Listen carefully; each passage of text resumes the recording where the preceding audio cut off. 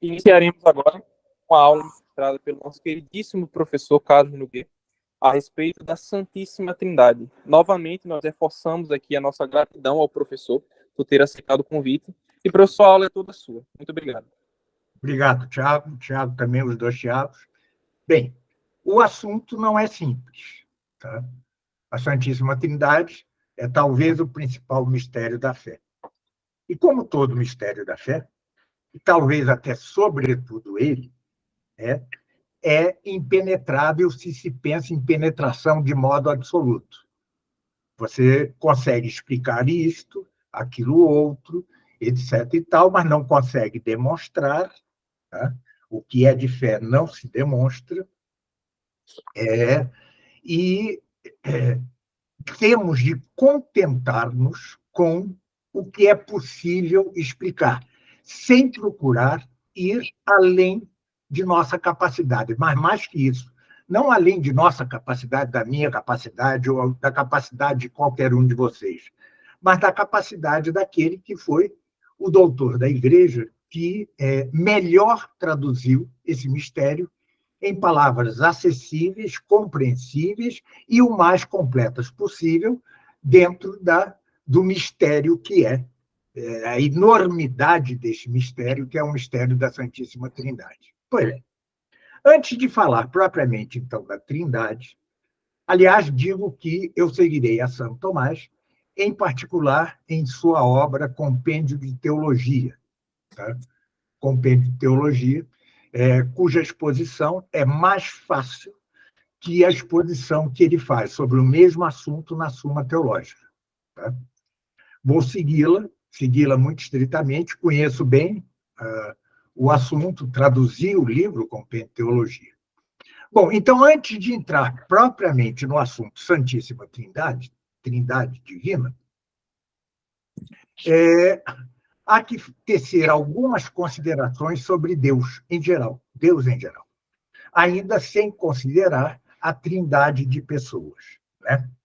Ora, nós vemos no mundo que há coisas mais ou menos boas, coisas mais ou menos belas, coisas mais ou menos nobres, coisas que têm mais ser que outras, e onde há uma gradação de qualidades, é preciso que haja a qualidade máxima de onde emanam todas essas qualidades. Por exemplo, podemos ver que no mundo há coisas mais quentes, menos quentes.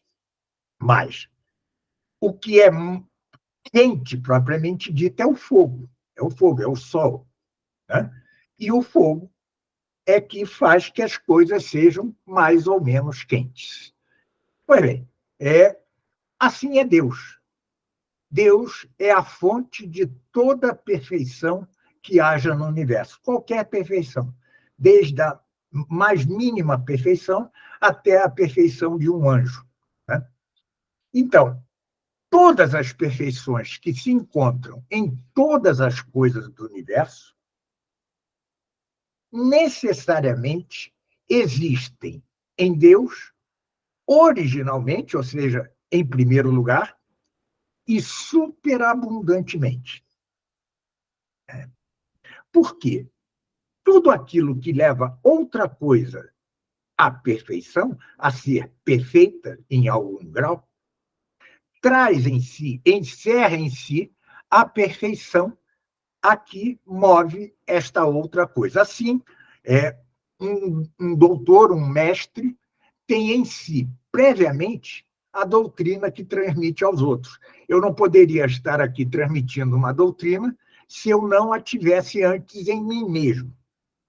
Portanto, se Deus é, como é, o primeiro motor de tudo, tudo tem origem nele, e, sendo o primeiro motor de tudo, move todos os outros entes à sua própria perfeição, desde a perfeição de um grão de areia até a perfeição angélica, então é preciso que todas as perfeições dos entes, todas as perfeições de todas as coisas do universo, pré-existam abundantemente, superabundantemente, neste que é a fonte dessa perfeição geral, que é Deus mesmo. Além disso, tudo quanto tem alguma perfeição, se lhe falta, no entanto, outra perfeição, está limitado sob um gênero ou sob uma espécie. Assim, o vegetal tem a perfeição do vegetal e está limitado sob um gênero, porque ele não tem a perfeição do animal bruto, né? Do macaco, do cão, etc. E assim vamos para todos os entes. Uns têm uma perfeição, outros têm outra. E, portanto, uns estão num gênero ou numa espécie e outros estão também em outro gênero e outra espécie. Porque cada coisa é posta num gênero ou numa espécie por sua forma. O que é a forma? É a perfeição da coisa. O que é a forma da pedra? É aquilo que faz a pedra ser pedra. O que é a forma do vegetal? É aquilo que faz o vegetal ser vegetal. O que é a forma do lobo? É aquilo que faz o lobo ser lobo. E o que é a forma substancial do homem? É aquilo que faz o homem ser homem. A diferença entre a pedra, por um lado, e, por outro lado, o vegetal, o animal e o homem, é que no vegetal, no animal e no homem, isto, a forma que faz que a coisa seja o que ela é, chama-se alma. Então, cada planta tem sua alma, cada animal tem sua alma e cada homem tem sua alma. Naturalmente, uma alma mais perfeita à medida que vamos do vegetal para o homem. Pois bem, o que está cingido, limitado a uma espécie ou a um gênero, não pode ser de essência infinita. Porque é necessário que a última diferença pela qual a coisa se põe na espécie limite sua essência. Por exemplo, qual é a última diferença do homem? É racional. O homem é uma substância vivente, animal, racional. A última diferença é racional. E ele está limitado, ele não pode ir além da racionalidade. Ele não pode, o homem não pode ser um anjo, assim como o animal bruto não pode ser um homem, e como o vegetal não pode ser um animal, e como a pedra não pode ser um vegetal. Pois bem, a essência divina é o contrário disso. Ela é infinita. Ela não tem limites. Ela não está posta ou limitada a um gênero ou espécie. Razão porque é impossível que tenha tão somente a perfeição de um gênero, o gênero vegetal, ou de uma espécie, a espécie humana, por exemplo, e seja privada, a essência divina, das demais perfeições. É necessário que, na essência divina, existam a perfeição de todos os gêneros, de todas as espécies, e, ainda assim, melhoradas. Pois bem, se pensamos bem no que eu acabo de dizer, manifesta-se, mostra-se-nos que as perfeições em Deus são, em Deus, uma só coisa. São algo uno, uma só coisa. Deus é aquele ente absolutamente simples. Mas onde há simplicidade, não pode haver diversidade naquilo que é dele. Se, portanto, em Deus estão as perfeições de todas as coisas, é impossível que nele tais perfeições sejam diferentes, sejam diversas, assim como o são na natureza. A perfeição da pedra, a perfeição do vegetal, a perfeição do lobo, a perfeição do homem. Resta, portanto, que todas as perfeições em Deus sejam uma só coisa. Nós pensamos as perfeições em Deus como diferentes, nós não sabemos pensar diferentemente. Nós só vamos entender isto, de que todas as perfeições em Deus são uma só, se nos salvarmos e conhecermos a Deus por essência na vida eterna, se nos salvarmos. Mas isto de que todas as perfeições são em Deus uma só coisa, fica evidente se nós pensarmos nas virtudes intelectuais. A virtude, como se diz em linguagem técnica, cognoscitiva, ou seja, as virtudes pelas quais conhecemos as coisas.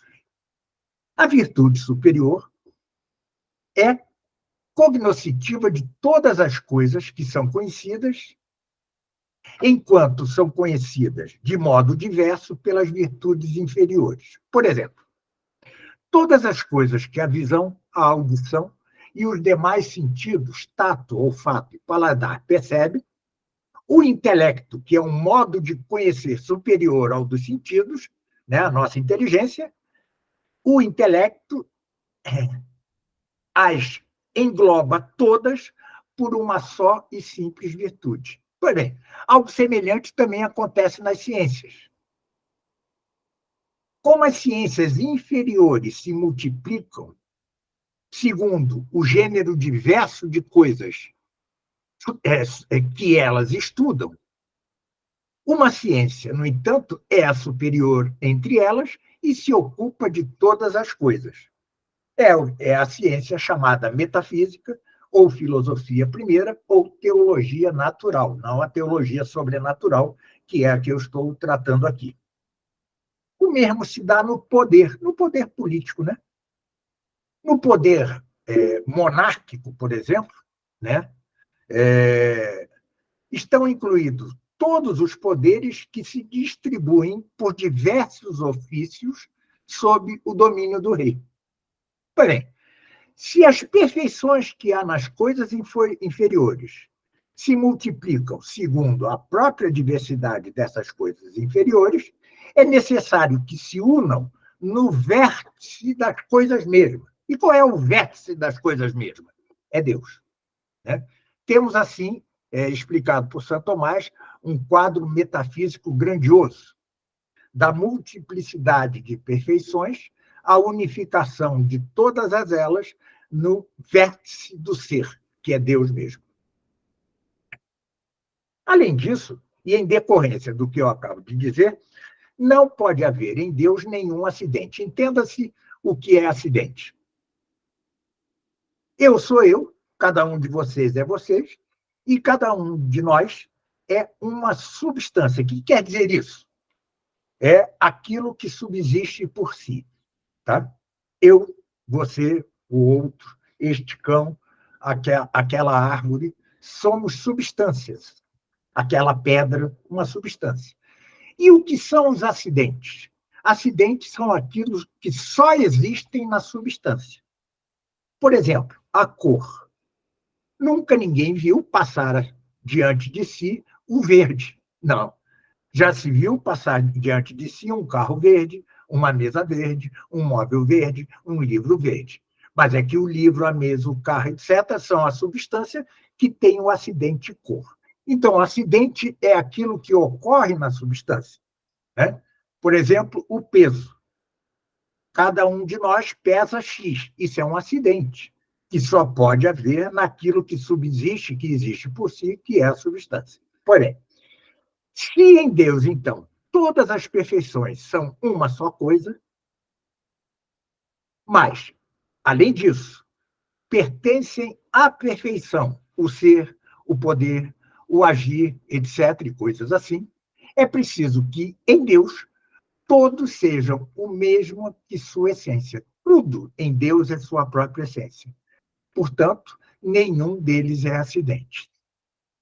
Além disso, é impossível ser infinito em perfeição, como é Deus, aquele a cuja perfeição se pode acrescentar algo. Cada um de nós tem sua perfeição, mas, obviamente, é uma perfeição imperfeita, porque nós estamos sempre aperfeiçoando-nos. Né? Se vocês hoje conseguirem aprender algo com o que eu digo aqui, vocês vão aperfeiçoar-se quanto a este algo.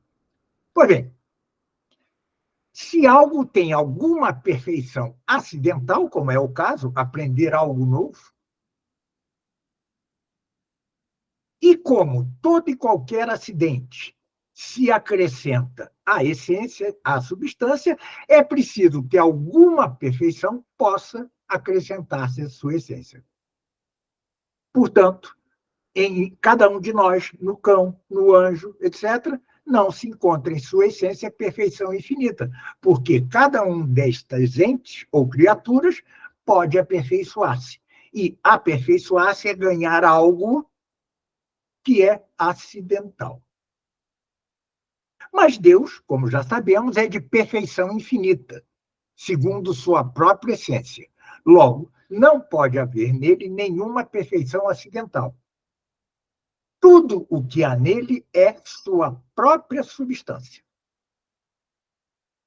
E isto decorre da sua própria simplicidade suma, né? Sua própria simplicidade máxima.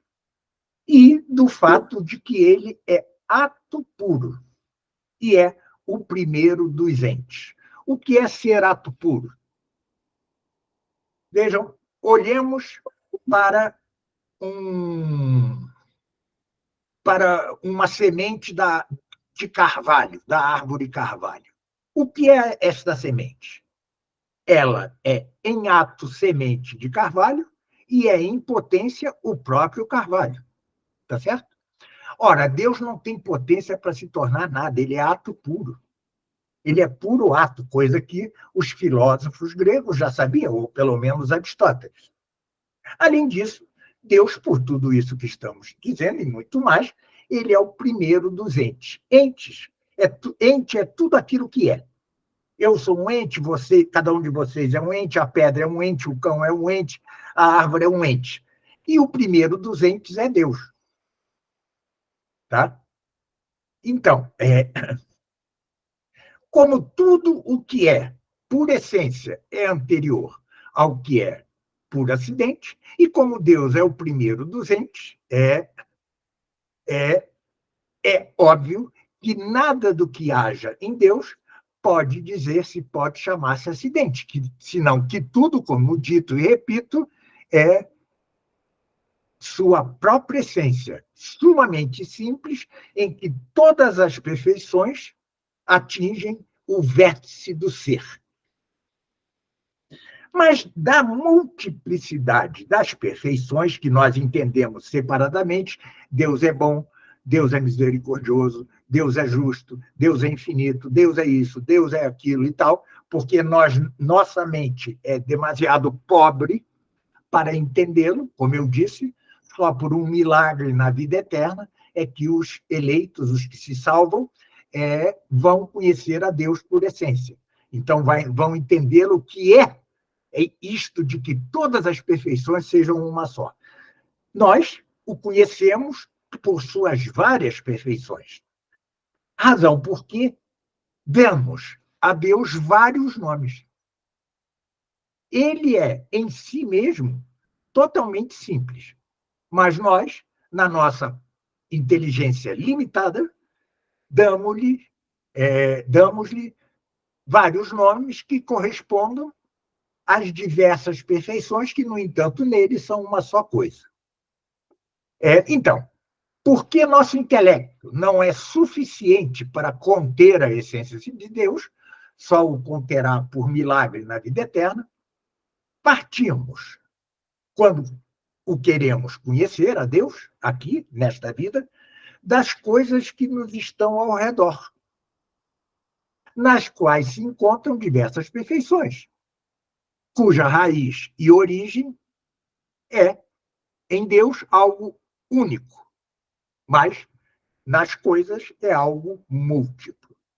E como não podemos nomear as coisas, senão na medida em que as conhecemos, porque os nomes são signos, são sinais daquilo que entendemos, não podemos nomear a Deus, senão a partir das perfeições que descobrimos nas coisas. Cujas perfeições, no entanto, cuja origem está nele mesmo, Deus. E como tais perfeições nas coisas são múltiplas, é necessário impor muitos nomes a Deus, dar muitos nomes a Deus. Se, no entanto, víssemos sua essência em si mesmo, como vêm os eleitos na vida eterna, não precisaríamos de multidão de nomes. O conhecimento dele seria simples, tão simples como é sua própria essência. Por isso é que se lê em Zacarias 14:9, naquele dia, ele será o único Senhor e seu nome será único. Ou seja, aquele dia é a vida eterna. Mas havíamos de considerar, então, três coisas. A primeira é que esses diversos nomes que damos a Deus, embora em Deus signifiquem a mesma coisa, em Deus, não são, no entanto, sinônimos. Para que os nomes sejam sinônimos, é necessário que signifiquem a mesma coisa e representem a mesma concepção da inteligência, do intelecto. Mas, quando os nomes significam a mesma coisa, mas segundo noções diferentes, ou seja, segundo apreensões diferentes que nossa inteligência tem desta coisa, então os nomes não são sinônimos. Por quê? A significação não é totalmente a mesma, uma vez que os nomes significam imediatamente as concepções da inteligência, as quais, por sua vez, são semelhanças das coisas.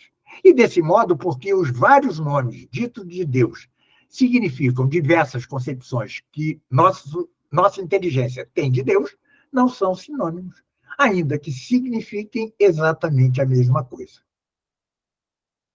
Nós damos vários nomes para Deus. Deus, Senhor, o que é um dos nomes mais importantes. Lembrem-se que Deus disse a Moisés: diga ao povo que eu sou o que sou. Eu sou o que é. O que é um nome de Deus. Existe o tetagrama judeu para nomear a Deus, etc. Bom, a segunda coisa que há que considerar, é que, como nossa inteligência não consegue aprender, captar perfeitamente a essência divina, por nenhuma das concepções que os nomes que dizemos de Deus significam, é impossível que, pela definição desses nomes, se defina o que há em Deus. Toda e qualquer definição consta de gênero e de diferença. Por exemplo, definição de homem: animal, racional. Gênero: animal. Diferença: racional. Diferença é só aquilo que o homem é. Além disso, o que se define propriamente é a espécie. No caso, a espécie humana.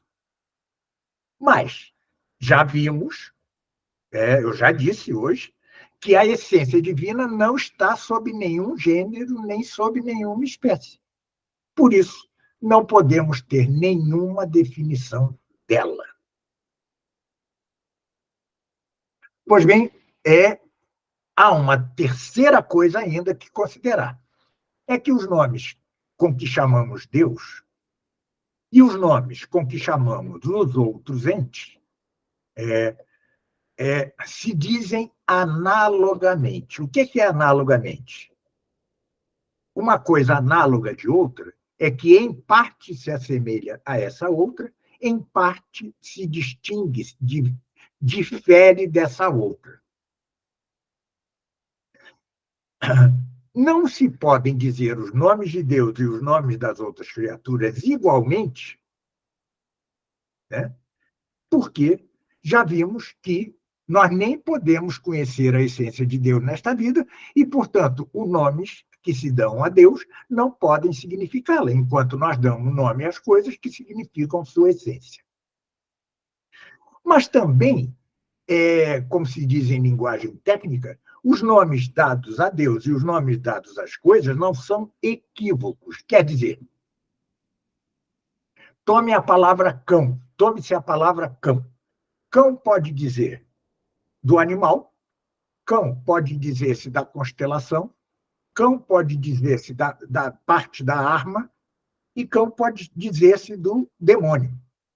Ora, o que tem o demônio que ver com a parte da alma, com a constelação ou com o animal? Nada. Isso é o que se diz um nome equívoco, cujos sentidos não têm nenhuma semelhança entre si. É, é, Deus e as suas criaturas, até porque foram criadas por ele, Deus tem algo semelhante às criaturas, ou melhor, as criaturas têm algo semelhante a Deus, e tem algo que é completamente diferente de Deus. Por isso é que os nomes que se dizem de Deus e das criaturas são entre si análogos. O próprio nome ente. Né? Ente é o que é. Só que as criaturas, os entes criados por Deus, são o que se chama ente por participação. Por quê? É Deus quem lhe dá o ser. É Deus quem lhe dá o ato de ser. É Deus que, enfim, lhe dá a existência. Enquanto Deus não precisa que ninguém lhe dê nada, porque ele é o próprio ser. É. Então, esses nomes que damos a Deus dizem-se, por um ângulo, antes das criaturas. Mas, mais perfeitamente, antes de Deus. Por quê? Esses nomes são de perfeições que vêm de Deus para os outros entes. Toda a perfeição dos entes que haja no universo provém de Deus. Além disso, devemos entender que Deus é inteligente. Já vimos que pré-existem nele, e de modo superabundante, todas as perfeições dos demais entes. Ora, entre todas as perfeições dos entes, a mais perfeita, se se pode dizer assim, é a inteligência, é o inteligir, é o entender. Porque os entes intelectuais, a saber, Deus mesmo, né? Além de Deus, os anjos e os homens, os entes intelectuais são superiores a todos os outros, aos animais, aos vegetais, às pedras. Ora, como Deus é a fonte de toda a perfeição, então ele tem de ser também a fonte da inteligência. E ele só pode, dos anjos e do homem. E ele só pode ser a fonte da inteligência dos anjos e dos homens se ele mesmo for inteligente. Além disso, já vimos que Deus é ato puro, ele não tem potência para nada. A matéria, de que todos aqui somos feitos, nós, a pedra, o cão, etc., a matéria é um ente em potência. Por quê? A matéria está pronta para ser um ser humano, para ser um cão, para ser uma árvore, para ser uma pedra. Por isso é que, como Deus não tem potência e é ato puro, Deus é de todo isento de matéria. Deus é puro espírito, não tem matéria nenhuma. Ora, a ausência de matéria é a verdadeira causa da intelectualidade. Tá? Logo, Deus é inteligente. Além disso, Deus é o primeiro motor de tudo, ele que move tudo. Nada se moveria no universo se ele não o movesse antes. Tá? E isso, o ser primeiro motor, é propriíssimo do intelecto. Porque o intelecto, como nós vemos aqui, a nossa alma com relação ao nosso corpo, o intelecto se utiliza das outras coisas como de instrumentos para o movimento. É o que a nossa alma faz com o nosso corpo. O nosso corpo é instrumento da nossa alma. Além do mais, o homem, que é inteligente, se utiliza dos animais, das plantas e das coisas inanimadas como instrumentos também. Então, se Deus é o primeiro motor, ele é inteligente. Pois bem, além disso, vimos que Deus é uma só coisa, as perfeições de Deus são uma só coisa. Ora, a inteligência e o inteligir é a perfeição das perfeições. Logo, Deus é seu próprio inteligir. Tá? Em nós, não. Eu sou eu, outra coisa é meu inteligir, é meu pensar, é meu entender, é meu conhecer. Né? Eu poderia hoje, por uma concussão cerebral qualquer, deixar de conhecer, de inteligir, e eu continuaria a ser eu. Mas em Deus, não. O inteligir é ele mesmo. Como dizia o filósofo Aristóteles, Deus é pensamento de pensamento. Seu intelecto é seu próprio entendimento. Ele é inteligente por essência. E ele se intelige, ele entende a si mesmo, e entendendo-se a si mesmo como causa de tudo, ele conhece tudo. Tá? E seu intelecto, portanto, não é outro que sua própria essência, já que, como vimos, todas as perfeições em Deus são uma só coisa. E todas essas perfeições que são uma só coisa, como em Deus não há acidente, tudo é essência e substância, logo, Deus é seu próprio inteligir. Deus é seu próprio tudo. Tudo em Deus é ele mesmo. Ora, Deus também tem vontade. Tem vontade. Mas também nele, ao contrário do que nos sucede a nós, a vontade é Deus mesmo. Deus tem tanto tem vontade que contra as heresias que se dizem dele quanto à criação do universo, por exemplo, muitos hereges dizem que ele criou necessariamente o universo, ou seja, ele não poderia não criar o universo. Né? Isso é uma heresia. Por quê? Ele fez o universo de livre e espontânea vontade, libérrimamente, por vontade. E qual é a vontade dele? Manifestar sua própria bondade e difundir sua própria bondade entre os diversos entes, fazendo-os ser, fazendo-os existir. Além do mais, nenhum ente inteligente, os anjos e os homens, deixam de ter vontade. Logo, Deus, que é o ente máximo, intelectual máximo, tampouco deixa de ter vontade. Mas, diferentemente do que acontece em nós, em que uma coisa é inteligência, outra vontade, em Deus não. Inteligência e vontade são uma mesma coisa, e essa mesma coisa é a própria essência de Deus. Ou seja, essa mesma coisa é Deus. É Deus. Tudo isso é importante ficar bem marcado na nossa inteligência, na nossa mente, para que se entenda bem como Deus pode ser uno e trino. Né? Veja, até agora nós estamos tratando de Deus uno. Uno. Tudo nele é um. Tudo nele é um. Veja que eu não falei de pessoas, de trindade, não falei de nada. Estou falando de Deus, da substância de Deus, da essência de Deus. E a essência de Deus, como diz São Tomás, é ser. Ele é o próprio ser subsistente por si mesmo. Assim como se um verde de que é pintada a superfície de uma mesa, se esse verde pudesse sair da mesa e viver por si mesmo, ele seria único e seria o verde subsistente por si mesmo.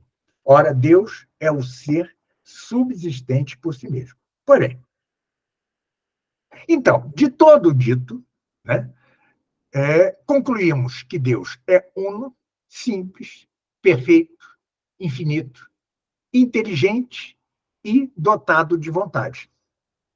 E isto tudo se compreende num breve artigo do Símbolo da Fé, que é: cremos em um só Deus onipotente.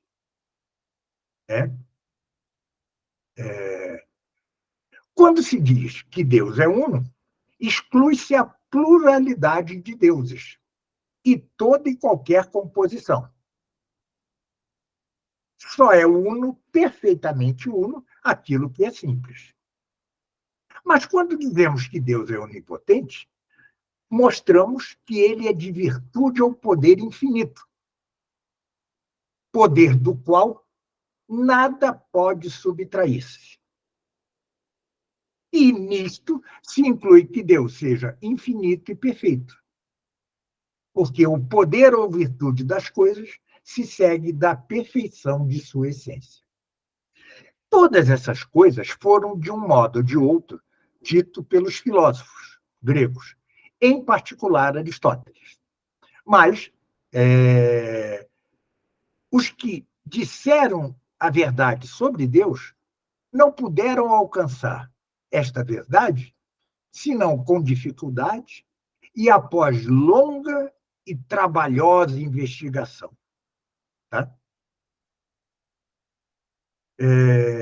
Mas Deus nos comunicou na doutrina da religião cristã coisas que os filósofos não puderam alcançar, nem nós podemos alcançar por nós mesmos. São coisas acerca das quais a fé cristã nos instrui para além da capacidade humana. Então, que Deus seja uno e simples, nós podemos alcançar por nossa própria inteligência. Que, no entanto, ele seja Deus Pai, e Deus Filho, e Deus Espírito Santo, e que esses três deuses, e que essas três pessoas não sejam três deuses, mas um só Deus, é o grande mistério da fé, é o grande mistério da fé cristã, e é exatamente a isso que passarei agora, segundo as palavras e o pensamento, segundo a inteligência de Santo Tomás de Aquino. Bem, por todo o dito, devemos aceitar que Deus se entende a si mesmo e se ama a si mesmo. Tá? Além de que, como visto, entender ou inteligir e o querer são, em Deus, seu próprio ser, ele mesmo. Como, porém, Deus se entende e se conhece a si mesmo, e como aquilo que se entende está naquele que entende, é preciso que Deus esteja em si mesmo, como o entendido está no que entende. Ora, aquilo que é entendido e que está naquele que entende é certo verbo do intelecto. Tá? E, com efeito, é pelo verbo quer dizer palavra, tá? É termo técnico, teológico. É pelo verbo exterior que significamos o que compreendemos interiormente pela inteligência. Quando dizemos cão, expressamos por um verbo, ou seja, por uma palavra, aquilo que nós compreendemos na inteligência deste animal.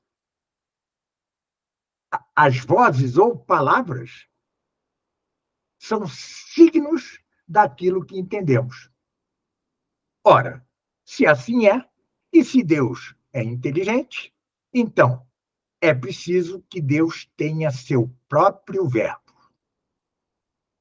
Mas o que se contém no intelecto como verbo interior chama-se concepção do intelecto. E isso até na maneira comum de falar, né? Ele concebeu alguma coisa na inteligência.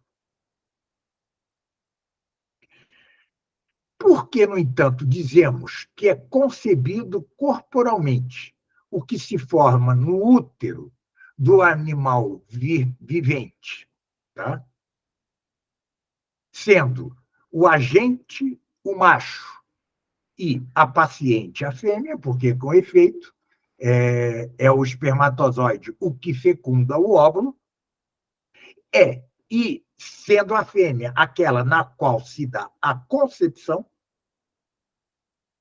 temos que o concebido, aquilo que é concebido, pertence à natureza de ambos, segundo a espécie humana, no caso, ou a espécie canina, ou a espécie do polvo, ou a espécie da planta, etc. e tal.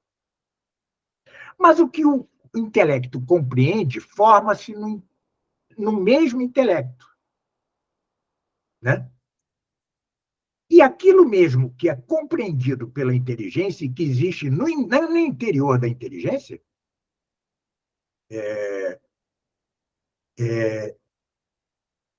é uma concepção que é análoga à concepção que se dá no útero, que se dá no ventre da fêmea. Pois bem,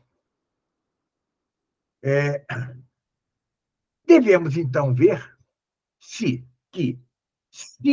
o verbo existe no Pai, em Deus, temos de ver como este verbo se relaciona ao Pai. E havemos de considerar uma diferença. Como que se concebe na inteligência? É uma semelhança da coisa inteligida, da coisa entendida, né? Nós concebemos cão, e isto é uma semelhança do animal que está fora da nossa mente, né? Então, isto que nós concebemos na mente parece ser um filho da nossa mente.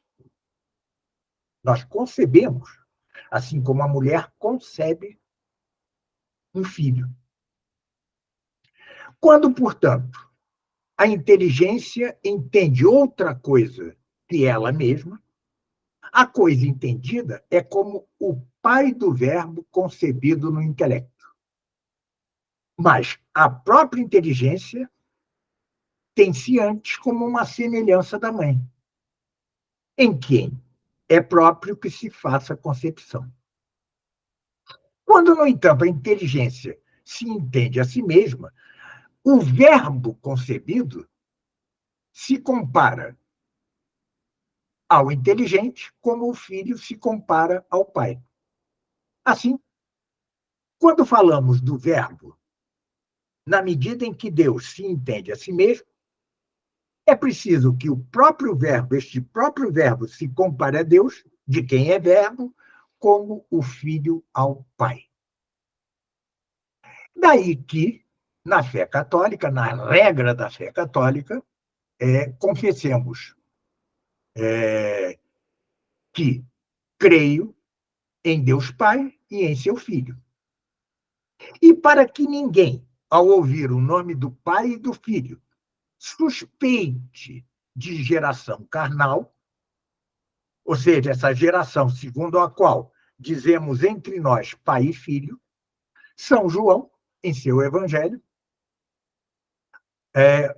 o evangelista a quem foram revelados os segredos celestiais, pôs a palavra verbo em lugar de filho, para que soubéssemos que se trata de geração intelectiva, inteligível, da inteligência, não de geração carnal.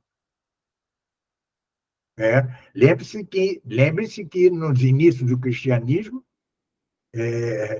os pagãos acusavam os cristãos até de antropofagia, porque eles comiam o corpo de Cristo, né? A hóstia. A ignorância era lastradíssima. Pois bem. Mas devemos considerar que, como em nós uma coisa é o ser natural e outra é o entender, é preciso que o verbo concebido em nossa inteligência seja de outra coisa que a nossa própria inteligência, que tem ser natural, né? Uma coisa é a nossa inteligência, outra coisa é aquilo que nossa inteligência concebe. Mas em Deus não há isso. Já vimos que tudo em Deus é uma só coisa. Logo, em Deus, o ser e o entender são uma só coisa. Logo, o verbo de Deus, que está em Deus, tem o mesmo ser que Deus, de quem é verbo. Razão porque é necessário que seja da mesma essência e da mesma natureza que Deus, e que tudo que se diga de Deus convenha ao verbo de Deus, a segunda pessoa da Santíssima Trindade. Por isso, a regra da fé católica confessa que o Filho é consubstancial ao Pai, com que se excluem dois erros. Primeiro, que se entendam pai e filho segundo a geração carnal, né? De modo que, na concepção humana, o filho não é consubstancial ao pai. Meu filho que está atrás não é da minha substância. Ele tem a sua substância, ele é sua substância, e eu sou a minha substância. Mas não assim em Deus. O filho é consubstancial ao pai. É a mesma substância que o pai. A segunda coisa, segundo esta regra, é que entendamos pai e o filho segundo geração inteligível, dada na inteligência, tal como o verbo, a palavra, se concebe em nossa mente. Tá? Então, evita-se que se entenda assim. Por quê? O verbo que se concebe em nossa mente é acidental. Eu poderia concebê-lo ou não concebê-lo. Ora, já vimos que em Deus não há acidente. Tudo é substância e essência. Logo, com a afirmação consubstancial ao Pai, se evita que se entenda que a concepção do Filho na divindade, no divino, seja entendido como nós concebemos o verbo mental. Pois bem, é impossível haver diferença de tempo, de espécie ou de natureza nos que não diferem na essência. Assim, sendo o verbo consubstancial ao Pai, é preciso que não difira do Pai por nada do dito acima, ou seja, segundo o tempo, segundo a espécie ou segundo a natureza. Não pode diferir do Pai segundo o tempo. Por quê? Como o verbo se põe em Deus porque Deus se entende a si mesmo, concebendo seu próprio verbo inteligível, é preciso que, se alguma vez o verbo de Deus não existiu, nesse mesmo momento Deus tampouco tenha entendido a si mesmo. Mas desde sempre, ou seja, desde toda a eternidade, desde que existiu, desde sempre, Deus se entendeu, porque seu entendimento é seu ser. Sempre, portanto, o verbo de Deus existiu. Razão porque, na regra da fé católica, dizemos: nascido do Pai antes de todos os séculos. Tampouco, segundo a espécie, além disso, é possível que o verbo de Deus difira de Deus como menor, porque Deus se intelige a si mesmo não menor do que ele é. O verbo, porém, tem espécie perfeita. Por quê? Aquilo de que ele é verbo é entendido perfeitamente. Deus se entende perfeitamente.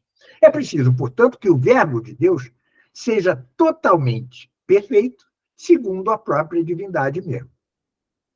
Encontram-se, no entanto, coisas que procedem de outras e que não alcançam a espécie perfeita daquelas de que procedem. Para que se exclua tal imperfeição da geração divina, confessamos, então, que nasceu Deus de Deus. Além disso, o que se gera ou procede de algo pode diferir dele por defeito de pureza, ou seja, quando de algo que em si mesmo é simples e puro se produz, por aplicação de uma matéria estranha, algo deficiente com respeito à espécie primeira. Assim, da casa que está na mente do arquiteto, faz-se a casa que está na matéria. E da luz recebida num corpo, faz-se a cor. E do raio, por oposição de um corpo opaco, faz-se sombra. Por isso é que, para que se exclua isso da geração divina, acrescenta-se na regra da fé católica luz de luz. Deus de Deus, lumen de lumine, luz de luz. Mas, de uma terceira maneira, o que procede de algo pode não alcançar a espécie deste algo por defeito de verdade, porque não recebe verdadeiramente sua natureza, mas tão só alguma semelhança sua. Assim como se dá com a imagem do homem no espelho ou na escultura, a escultura de algum homem. Ou ainda a semelhança da coisa que nós temos na inteligência e nos sentidos. E, de fato, a imagem do homem não se diz homem verdadeiro, mas semelhança de homem. Além de que a pedra está na alma, mas não como pedra, e sim como a espécie, a semelhança da pedra.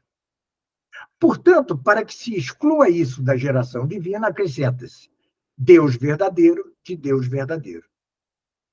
Mas também, segundo a natureza, é impossível que o Verbo difira de Deus, porque é natural a Deus entender-se a si mesmo.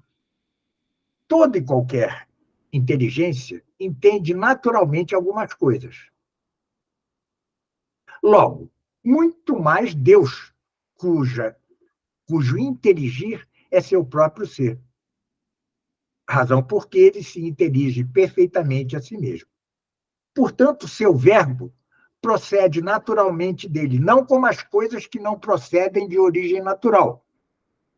Assim como de nós procedem as coisas que fazemos, as coisas artificiais, a mesa, o sapato, o livro, a estátua, etc. O que, no entanto, procede naturalmente de nós, como são os nossos filhos, nós dizemos que geramos. Portanto, para que não se entenda que o verbo de Deus não procede naturalmente dele, mas segundo só o poder de sua vontade, acrescenta-se gerado, não feito ou criado. Genitum non fato. Tá?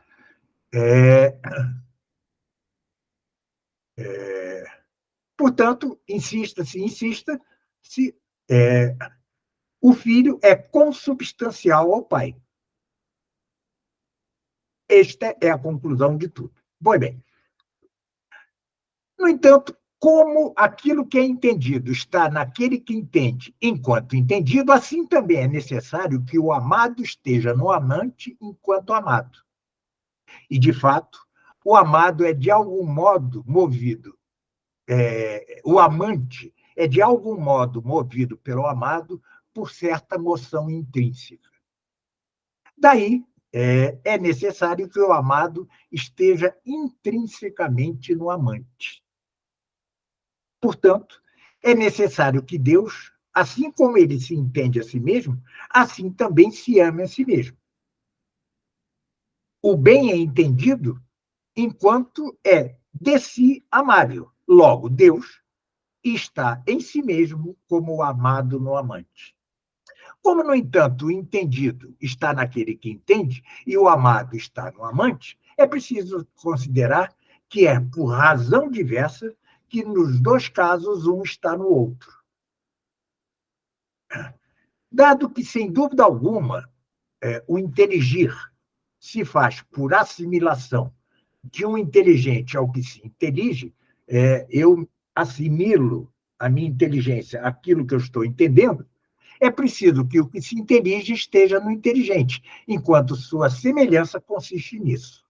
O amar, no entanto, faz-se segundo alguma moção do amante pelo amado. E, com efeito, o amado atrai para si o amante. Portanto, contrariamente ao que se dá com o inteligir, com o entender, que se perfaz por semelhança com aquilo que é entendido, o amar, não se perfaz por semelhança com o amado. Ele se perfaz por atração do amante para o mesmo amado. A transmissão da semelhança principal, porém, faz-se principalmente por geração unívoca, ou seja, nas coisas viventes entre nós, em que generante é o pai e gerado é o filho. Além disso, a primeira moção faz-se segundo a espécie. Meu filho não vai nascer um jacaré, vai nascer um ser humano. Assim, portanto, o modo pelo qual Deus está em Deus, como o entendido naquele que entende, se expressa ao dizermos filho, que é o verbo de Deus, assim também o modo pelo qual Deus está em Deus, como o amado está no amante, nós o expressamos ao afirmar o Espírito, que é o amor de Deus. Razão por que, segundo a regra da fé católica, devemos crer no Espírito. Deve considerar-se, no entanto, que, como o bem-amado tem razão de fim, e que é pelo fim que o movimento voluntário vem a ser bom ou mal, se o fim daquilo que eu quero é bom, então o movimento é bom. Se o fim que eu busco é mal, então o meu movimento é mal. É preciso, então, que o amor pelo qual se ama a si mesmo, o próprio sumo bem, que é Deus, alcance bondade eminente, a qual se expressa pelo nome santidade. Quer, segundo os gregos, se diga santo por puro, porque em Deus há puríssima bondade isenta de qualquer defeito, quer, segundo os latinos, se diga santo por firme, porque em Deus a bondade é imutável. Por isso se dizem santas todas as coisas que se ordenam a Deus, como os templos e os vasos dos templos e tudo quanto é dedicado ao culto divino. De modo conveniente, assim, o espírito pelo qual se nos insinua o amor com que Deus se ama a si mesmo, chama-se Espírito Santo. E por isso, a regra da fé católica chama santo ao referido Espírito quando se diz creio no Espírito Santo. Mas, assim como o inteligir de Deus é seu próprio ser, assim também seu amar é seu próprio ser. Por isso, Deus não se ama a si mesmo segundo algo que sobrevenha à sua essência, mas segundo a sua própria essência. Portanto, ou seja, porque se ama a si mesmo, por estar em si mesmo como o amado no amante, Deus amado não está em Deus amante de modo acidental, assim como as coisas amadas estão em nós amantes acidentalmente, senão que Deus está em si mesmo como um amado no amante, mas não acidentalmente, e sim substancialmente. Logo, o próprio Espírito Santo, pelo qual se nos mostra o amor divino, não é algo acidental em Deus, senão que é coisa, que é algo subsistente na pessoa divina, assim como o Pai e o Filho. E por isso a regra da fé católica diz que o Espírito Santo deve ser coadorado e simultaneamente glorificado com o Pai e com o Filho.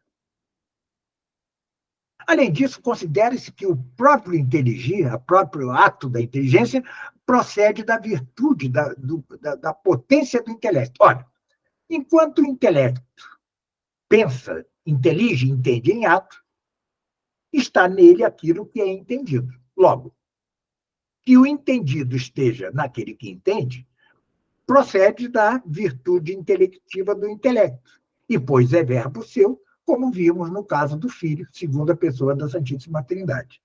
Semelhantemente, também o que é amado está no amante enquanto é amado em ato, não em potência, enquanto é amado em ato. Ora, que algo seja amado em alto procede tanto da virtude amativa do amante, como do bem amável entendido em ato, porque para nós amarmos alguma coisa, precisamos entendê-lo como um bem. Por conseguinte, que o amado esteja no amante procede de duas coisas: o princípio amativo e aquilo que é entendido como bem, que é o verbo concebido do amável.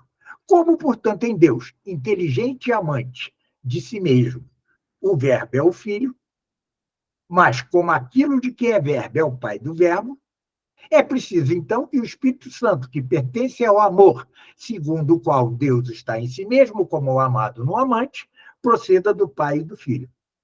Daí que no símbolo se diga que procede do pai e do filho. Isto contra a heresia grega, ortodoxa, né, que é contra o filioque, procedit, né, que procede do pai e do filho. Mas precisamos concluir que acabamos de pôr na divindade, que é una, um ternário, Mas este ternário não nega a unidade e a simplicidade da essência divina. É preciso conceder que Deus tanto é existente em sua natureza, como é entendido e amado por si mesmo. Mas isso acontece diferentemente em Deus e em nós, porque, sem dúvida, o homem é, em sua natureza, substância. Mas seu entender, seu inteligir e seu amar não são sua substância. Uma coisa sou eu, outra coisa é meu amar e é meu entender. O homem, portanto, é coisa subsistente enquanto considerada em sua natureza. Enquanto, porém, está em seu intelecto, não é nada subsistente. É, e, semelhantemente, enquanto está em si como o amado no amante. Portanto, no homem, podem considerar-se três coisas: o homem existente em sua natureza, o homem existente no intelecto e o homem existente no amor.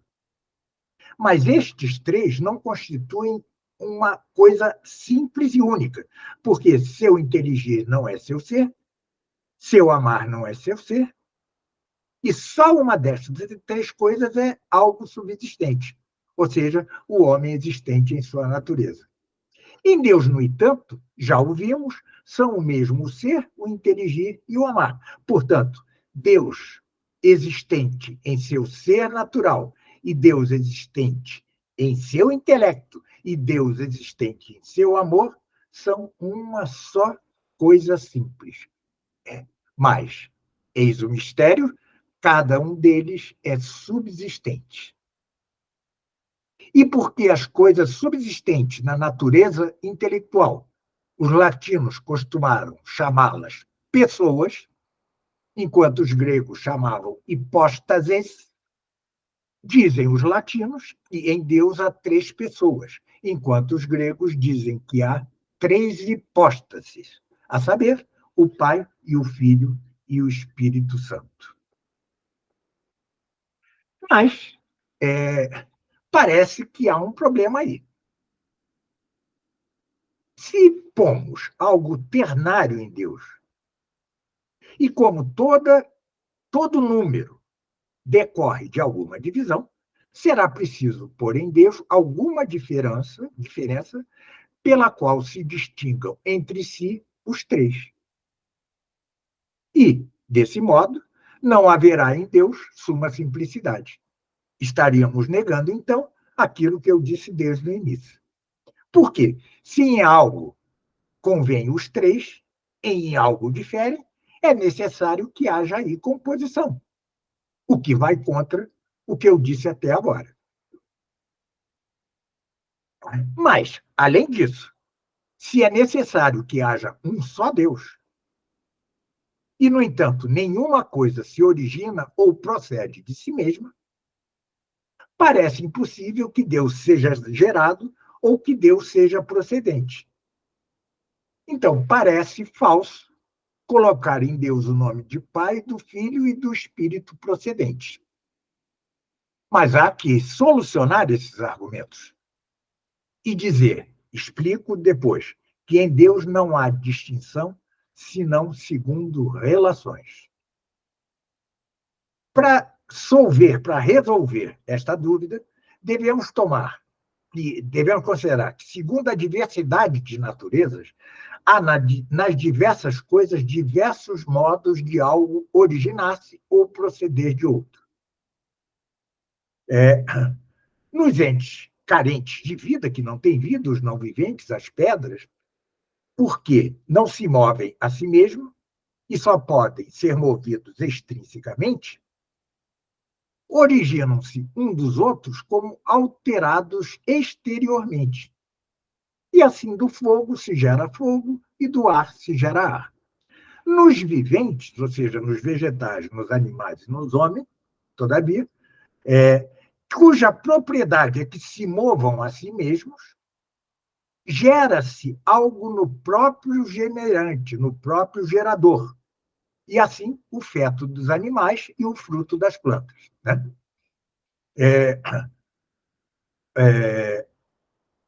Então, é preciso considerar nos viventes o diverso modo de processão segundo as diversas potências ou virtudes, segundo suas mesmas operações. E há neles algumas virtudes cujas operações não se estendem senão aos corpos enquanto são materiais. Tá? Como se vê pela alma vegetável ou vegetativa, ou seja, nutritiva, aumentativa e gerativa, que é a alma dos vegetais, é só isso. Os animais também a têm, tem uma parte vegetativa. Nós, aliás, quando estamos em coma, dizemos que estamos em estado vegetativo. E, segundo este gênero de virtude da alma, não procede senão algo corpóreo corporalmente distinto, no entanto, de algum modo conjunto com o vivente de que procede. Mas há virtudes cujas operações, embora não transcendam os corpos, se estendem, porém, às espécies de corpos, recebendo-as sem matéria, como em todas as virtudes da alma sensitiva. Não é a pedra que está no olho, mas é apenas a semelhança da pedra. Tá? Tais virtudes, porém, embora recebam de algum modo imaterialmente a forma das coisas, tá? A forma da pedra está no nosso olho, não as recebe, todavia, sem órgão corporal. Ou seja, qual é o órgão corporal? O olho. Se, pois, se encontra entre as virtudes da alma alguma processão, o que procede não será algo corporal ou corporalmente diferente daquele de que procede, mas de algum modo distinto, incorporalmente e imaterialmente, ainda que não sem o apoio de órgão corporal, tá certo? O que está no olho não é a pedra, mas é a forma da pedra, mas está em algo corporal, que é o olho. E assim, nos animais, as formações imaginadas das coisas, as imagens que nós temos, e essas imagens não estão em nossa imaginação como um corpo num corpo, mas de certo modo espiritual. Né? E por isso mesmo é que Santo Agostinho chamava espiritual a visão da imaginação. Se, no entanto, segundo a operação da imaginação, procede algo não de modo corporal, com mais forte razão, isso acontecerá pela operação da parte intelectiva, da nossa inteligência, que já não depende do corpo. Ela nem sequer necessita de órgão corporal em sua operação. A nossa alma, para pensar, só necessita do cérebro como predisponente, mas na hora de pensar já não necessita do cérebro. Razão porque é uma ignorância muito grande dizer que nossa mente está em nosso cérebro. Apesar de que hoje, para piorar as coisas, muitos querem que nossa mente esteja em nosso intestino. Pois bem, a nossa mente, em sua operação própria, não precisa de órgão corporal. A operação de nossa mente é de todo imaterial. E o verbo procede da operação do intelecto, da inteligência, como existente na inteligência daquele que diz o verbo. Não como contido localmente, nem corporalmente separado dele, assim como esta coisa material aqui está contida corporalmente nesta mesa. Mas como de fato existente nele, e segundo a ordem de origem. E temos a mesma coisa com respeito à processão, respeitante à vontade, enquanto a coisa amada existe no amante, como nós já vimos. Então, embora as virtudes intelectivas e as sensitivas, as dos sentidos, sejam mais nobres que as virtudes da alma vegetativa, no homem e nos demais animais, segundo a parte imaginativa ou sensitiva, não procede nada subsistente em sua própria natureza específica. Tal só sucede pela processão que se faz segundo a operação da alma vegetativa. E isto é assim porque em todos os compostos de matéria e forma, tudo aqui que nós conhecemos é composto de matéria e forma, a multiplicação dos indivíduos na mesma espécie se faz segundo divisão da matéria. Né? O espermatozoide sai do macho para fecundar o óvulo da fêmea. É uma divisão da matéria. Por isso, nos homens e nos outros animais,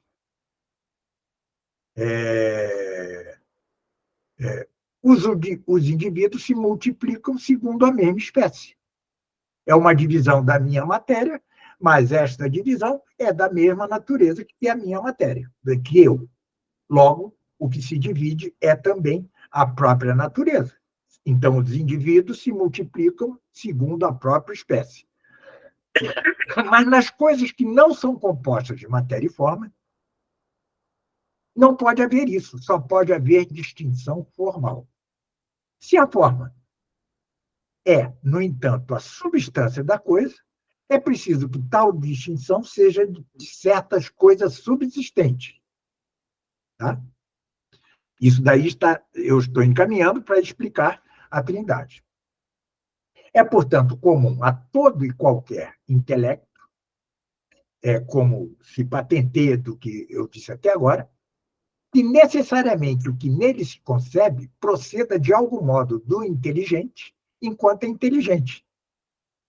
E, por sua processão, de algum modo se distinga dele. E assim a concepção do intelecto, né, se distingue do intelecto inteligente, que o intelige. Semelhantemente, é preciso que a paixão ou a afecção do amante, pela qual o amado está no amante, proceda da vontade do amante enquanto amante. Como, no entanto, o intelecto divino tem por próprio que seu inteligir seja seu ser, é preciso que a concepção do intelecto seja sua própria substância e, semelhantemente, também a afecção no mesmo Deus amante. Resta, pois, que a intenção do intelecto divino, que é o próprio Verbo, não se distinga daquele que a produz, ou seja, de Deus Pai, no que é ser segundo a substância, mas tão só segundo a razão de processão de um ao outro, e, semelhantemente, quanto à afecção do amor em Deus amante, a qual pertence o Espírito Santo.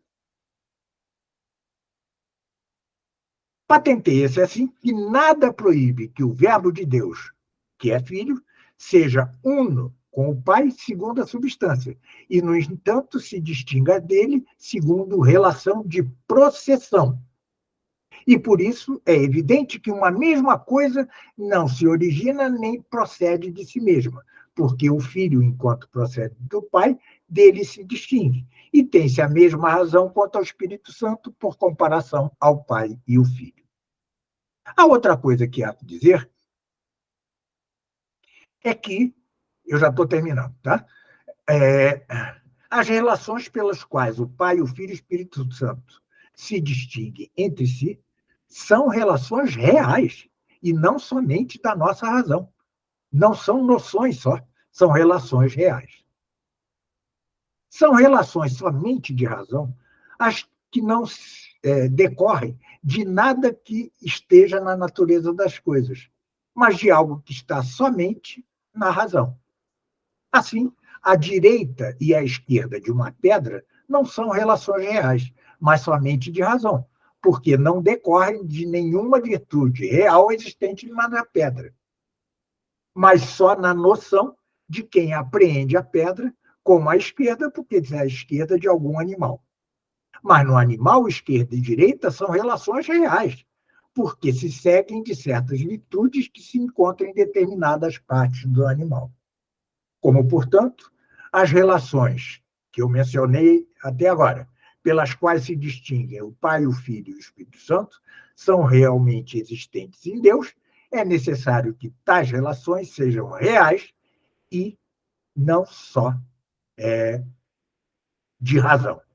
E é por tais referidas relações que se constitui em Deus a distinção de três pessoas, tá? Sem que, no entanto, se infrinja, se atente contra a unicidade de Deus. Além do mais, há que dizer que é impossível, por uma explicação altamente complexa, haver em Deus mais que três pessoas. A Trindade é algo natural em Deus. Tá? Quanto a nós, naturalmente, é sobrenatural. Mas em Deus é natural. É da natureza de Deus ser una e trina. Pois bem, eu poderia aqui prosseguir falando das propriedades ou noções em Deus, quantas são no Pai, quantas são nos Filhos, no Espírito Santo, das apropriações, etc. Mas isso demandaria toda outra aula. Então, eu sugiro que encerremos por aqui, tá? Apenas falando, porque um rapaz, um amigo no Facebook, perguntou se eu ia falar da pericórese trinitária. Parece que é um pouco moda falar em pericórese ou pericóresis trinitária, em grego, né? Pericórese. Não é pericorese, como muita gente diz, pericórese, como uma explicação para o mistério da Trindade, da unicidade e da Trindade em Deus. Pois bem, esta noção pericórese era uma noção física dos estoicos, do estoicismo. Tá? Na teologia cristã, São Gregório de Nazianzeno usou-a para distinguir a natureza humana e a natureza divina em Cristo. E foi o pseudo-Cirilo o primeiro a usar a noção de pericórese, ou pericóresis, com relação à Trindade. Pois bem, se a explicação da pericórese é exatamente esta que eu dei, sem nenhum problema. O problema é que muitos interpretam a pericórese como coinerência. Tá? Vejam que, a certa altura da aula, eu disse que Cristo disse: o Pai está em mim e eu estou no Pai. Tá certo? Então, segundo essa doutrina da pericórese, entendida como coinerência, haveria uma doação do próprio ser de cada pessoa para outra. Tá? Ora, isto beira a heresia, tá certo? Porque o ser das três pessoas é um só. Cada pessoa não tem um ser. O ser de Deus é um. O que é trino são as relações personificadas, ou seja, as relações, para usar a fórmula grega, hipostasiadas. Então, há que ter cuidado com essas novidades, né? A terminologia volta hoje em dia, a pericórese ou pericóresis trinitária, né? E há que ver se ela corresponde à doutrina correta, então use-se o nome que se queira, embora nunca seja conveniente usar nomes que caíram em desuso na tradição. Mas, se quiser, use-se pericórese. Mas, atenção, sem a doutrina da doação do ser de cada pessoa a outra, porque aí sim estaríamos numa fronteira perigosa, né, tangenciando com o herético. Bom, meus amigos, eu fico por aqui. Foi uma aula longa, mais longa do que eu pensei que fosse, e fico aberto à pergunta de vocês. Perfeito. Perfeito. Thiago. Oi, Alô? Seu áudio está um pouco ruim, Thiago. Eu não estou ouvindo bem vocês. Oi, está ouvindo agora, professor? Estou. Perfeito. Thiago, já pode encerrar a gravação. Tá? Tudo bem. E que espetáculo, assim, de doutrina católica, professor. Assim,